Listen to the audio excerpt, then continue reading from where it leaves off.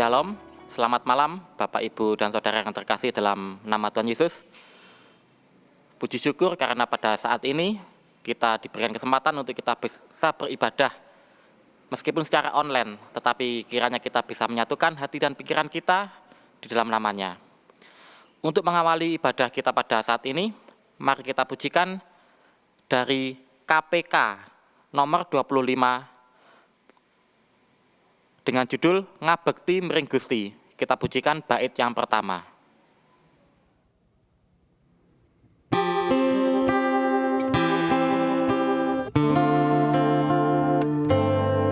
Swawi prosuci nyawiji tunggal ati sami ngabekti memuji mring Gusti ajre sumelang sedilan kang sangsaran kinantos kak bejan sing pangeran.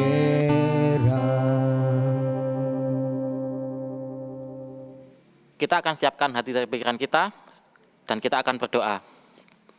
Mari kita berdoa. Terima kasih ya Tuhan, oleh karena kasih-Mu, oleh karena penyertaan-Mu, kami saat ini boleh berkumpul dengan saudara-saudara kami meskipun kami tidak pada satu tempat Tuhan. Kiranya Engkau sendiri yang menyatukan hati dan pikiran kami Tuhan. Tuhan, berkati ibadah online pada saat ini, dari awal, pertengahan hingga akhirnya Tuhan. Dan kiranya apa yang kami lihat dan apa yang kami dengarkan Tuhan, kami bisa membawa berkat-berkat-Mu dalam hati dan pikiran kami. Terima kasih Tuhan Yesus, haleluya, amin. Mari kita angkat pujian kita kembali pujikan dari KPK nomor 27, Asmane Gusti Kula, kita pujikan bait yang pertama.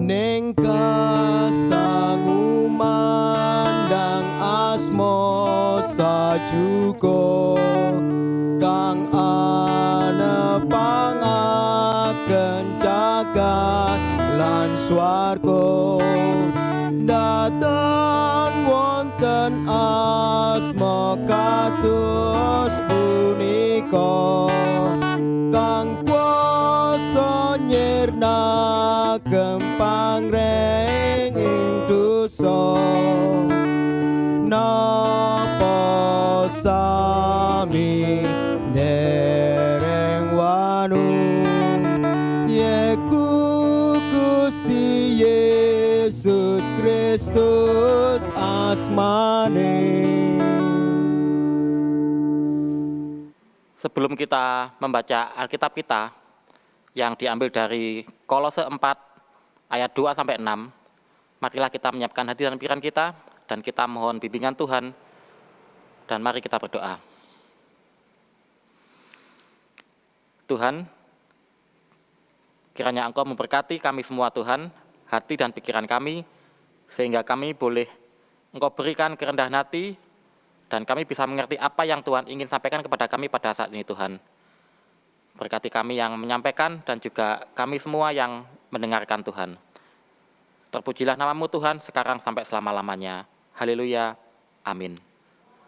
Firman kita pada kali ini diambil dari Kolose 4 ayat 2 sampai dengan 6 yang demikian firman Tuhan. Bertekunlah dalam doa dan dalam pada itu berjaga-jagalah sambil mengucap syukur. Berdoalah juga untuk kami, supaya Allah membuka pintu untuk pemberitaan kami, sehingga kami dapat berbicara tentang rahasia Kristus, yang karenanya aku dipenjarakan. Dengan demikian, aku dapat menyatakannya sebagaimana seharusnya. Hiduplah dengan penuh hikmat terhadap orang-orang luar, pergunakanlah waktu yang ada. Hendaklah kata-katamu senantiasa penuh kasih, jangan hambar, sehingga kamu tahu bagaimana kamu harus memberi jawab kepada setiap orang. Amin.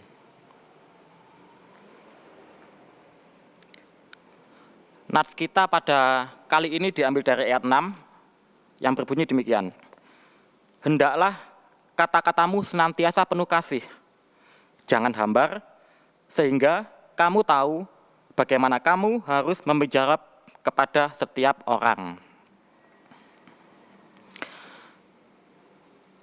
Ada sebagian orang yang sampai saat ini masih berpikir kalau keselamatan atau anugerah yang dari Tuhan itu berlaku satu kali untuk seumur hidup mereka.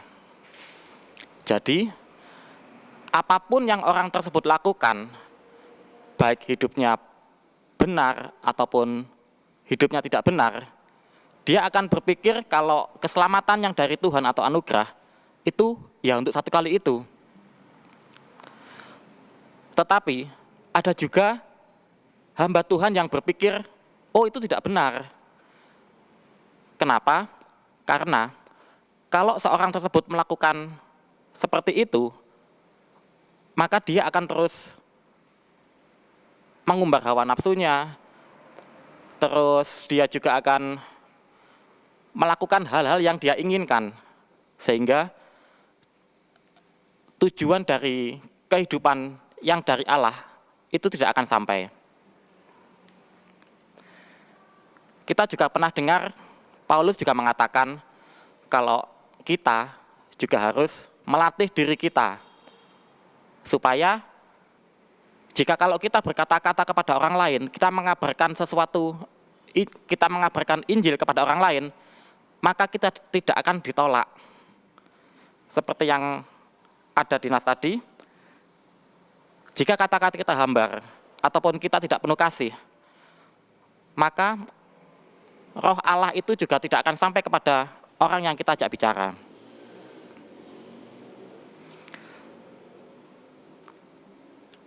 Di dalam Paulus kita juga pernah mendengar bahwa hidup kita sudah dijamin oleh Roh Kudus. Di dalam Efesus 1, 13-14 dikatakan demikian. Di dalam Dia, kamu juga, karena kamu telah mendengar firman kebenaran, yaitu Injil keselamatanmu. Di dalam Dia, kamu juga, ketika kamu percaya, dimeteraikan dengan Roh Kudus yang dijanjikannya itu. Dan Roh Kudus itu adalah jaminan bagian kita sampai kita memperoleh seluruhnya, yaitu penebusan yang menjadikan kita milik Allah untuk memuji kemuliaan-Nya. Di sini dikatakan jaminan Roh Kudus. Apa artinya ini?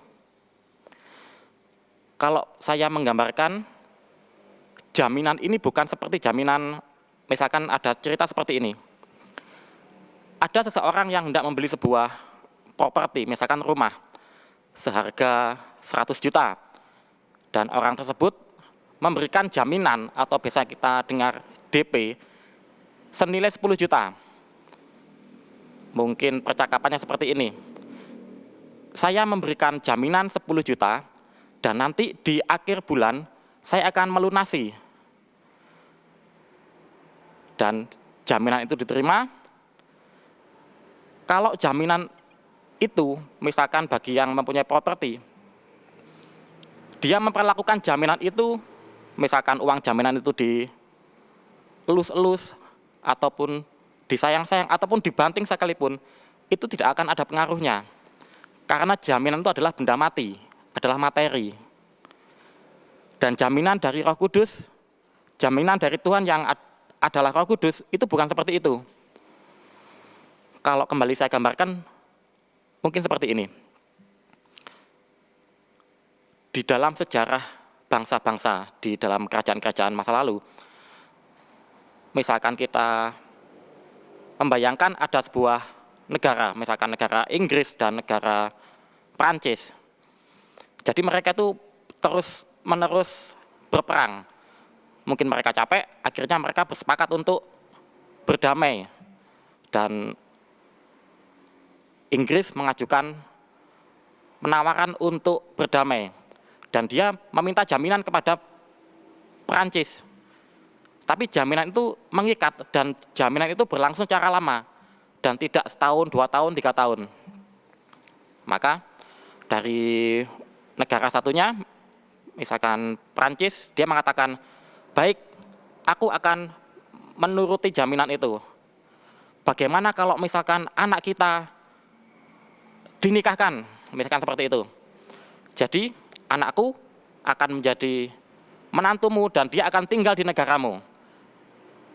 Kalau kamu memperlakukannya dengan baik, ya maka aku tidak akan mengganggu kamu, dan juga sebaliknya. Nah, kalau kita bayangkan dari ilustrasi yang kedua ini, kalau misalkan jaminan itu, yaitu misalkan anaknya atau menantunya diperlakukan tidak baik, mungkin misalkan tiap hari disuruh kerja, atau mungkin misalkan tiap hari dimarahi, atau diperlakukan yang tidak baik-baik, ya maka jaminan itu akan berhenti sampai di situ, tidak usah menunggu terlalu lama. Tetapi akan terjadi sebaliknya, jika jaminan itu diperlakukan dengan baik, misalkan diajak bicara, misalkan diperlakukan dengan sopan, ataupun diperlakukan dengan baik, maka si menantu tersebut akan mengatakan kepada bapaknya, "Pak, aku sudah diperlakukan dengan baik di sini." "Oh baik, kalau begitu aku akan terus menjaga hubungan ini." Nah, itu yang bisa saya gambarkan tentang jaminan dalam arti Roh Kudus ini. Kalau kita baca renungan kita di dalam pada hari ini, di bacaan tersebut juga digambarkan tentang seorang tukang masak yang memberikan garam terhadap masakannya. Garam dibikin bagaimanapun juga, dimodif secantik apapun, rasanya tetap itu. Yang dinilai adalah rasanya. Esensi dari garam itu adalah rasanya. Begitu juga dengan terang. Sebagus apapun cahaya atau api, yang dilihat adalah esensinya, yaitu bagaimana dia bisa menerangi lingkungannya sekitar. Dari nats bacaan kita, hendaklah kata-katamu senantiasa penuh kasih, jangan hambar, itu mengajarkan pada kita kalau Tuhan juga ingin kita supaya kita bisa berdampak pada lingkungan kita, bisa berdampak dalam kehidupan kita. Dan saat kita sudah bisa mengerjakan keselamatan kita yang dari Tuhan dengan jaminan Roh Kudus dalam hidup kita, maka apapun yang kita katakan pasti itu akan membangun dalam kehidupan saudara-saudara kita. Jadi tidak ada kata-kata mencela, mencaci, ataupun apapun juga. Karena yang diharapkan dari nas ini adalah kata-kata kita adalah penuh kasih dan jangan hambar. Jadi kalau kita paham akan arti keselamatan dan anugerah yang dari Tuhan, maka seharusnya dalam kehidupan kita menjadi dampak seperti garam dan terang yang Tuhan Yesus ingin ajarkan kepada kita. Amin.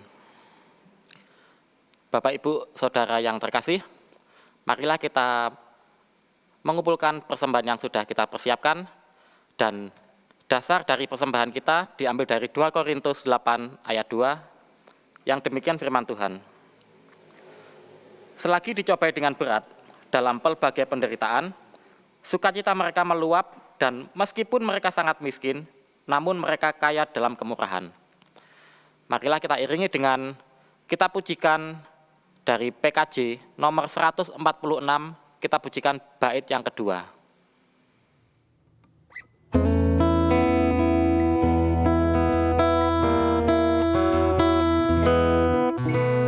Rahmat Tuhan padamu tidak tertandingi oleh apa saja pun dalam dunia.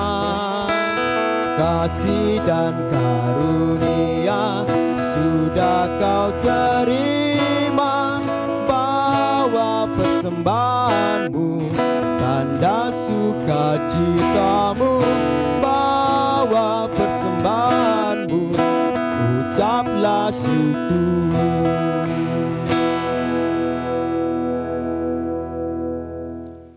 Bapak, Ibu, Saudara yang terkasih, marilah kita menyatukan hati dan pikiran kita. Kita akan masuk dalam doa syafaat. Tuhan yang terkasih, terima kasih Engkau sudah mengiringi kami sampai sejauh ini Tuhan, dan Engkau sudah memberkati kami sampai sejauh ini Tuhan. Tuhan, saat ini kami hendak menyatukan hati dan pikiran kami hendak berdoa untuk bangsa dan negara kami Tuhan. Di tengah pandemi corona ini, kiranya Tuhan berkati bangsa ini, sehingga bangsa ini tetap dapat bertahan dan tetap bisa melewati segala ujian yang atau apapun juga pergumulan bangsa ini Tuhan. Kiranya juga Tuhan berkati juga para pemimpin bangsa dan negara kami Tuhan, dari Bapak Presiden sampai kepada para pemimpin-pemimpin di daerah kami Tuhan. Tuhan, kami juga berdoa untuk kehidupan gereja kami Tuhan, terutama gereja-gereja GKJW yang ada di Besuki Barat dan juga GKJW kami tercinta GKJW Lumajang Tuhan, di mana jika ada gereja yang akan menyiapkan untuk peribadatan secara langsung Tuhan, kiranya Engkau sendiri yang menjamin semuanya Tuhan, dan kiranya Engkau sendiri yang menjaga kami semuanya. Tuhan, kami juga berdoa untuk para jemaat-Mu Tuhan, dan juga pergumulan para jemaat-jemaat-Mu Tuhan, yang bisa kami ingat tentang pendidikan para adik-adik kami ataupun saudara-saudara kami Tuhan, yang harus menjalani sekolah dengan cara yang berbeda, tapi kiranya Tuhan tetap akan memberkati dan menyiapkan segalanya Tuhan, sehingga pergumulan apapun yang mereka dapatkan, Tuhan akan menyertainya. Tuhan, kami juga berdoa untuk persembahan yang sudah kami kumpulkan, kiranya Tuhan memberkati, Tuhan urapi, dan juga untuk tangan-tangan yang mengelolanya Tuhan, kiranya kasih-Mu juga akan selalu menyertai mereka Tuhan. Tuhan, kami akan undur dari peribadatan ini, kiranya kasih-Mu tetap ada dalam kehidupan kami saat ini sampai selama-lamanya. Terima kasih Tuhan Yesus, haleluya, amin. Mari kembali kita buka pujian kita. Kita akan pujikan dari KPK nomor 121. Kita pujikan Kinanti ing Gusti. Kita pujikan bait yang pertama.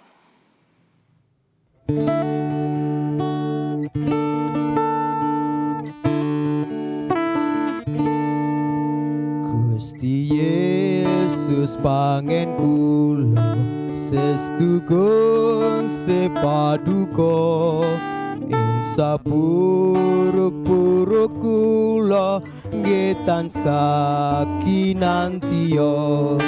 Kinanti ing Gusti, kinanti ing Gusti, ing satita kula nrimo angger kinanti Gusti. Mari kita mohonkan berkat yang dari Tuhan. Kiranya Roh Tuhan selalu ada bersama kita semua dan selalu mengiringi kehidupan kita, langkah-langkah kita, dan akan membuat kita tetap setia untuk percaya kepadanya sekarang sampai selama-lamanya. Haleluya. Amin.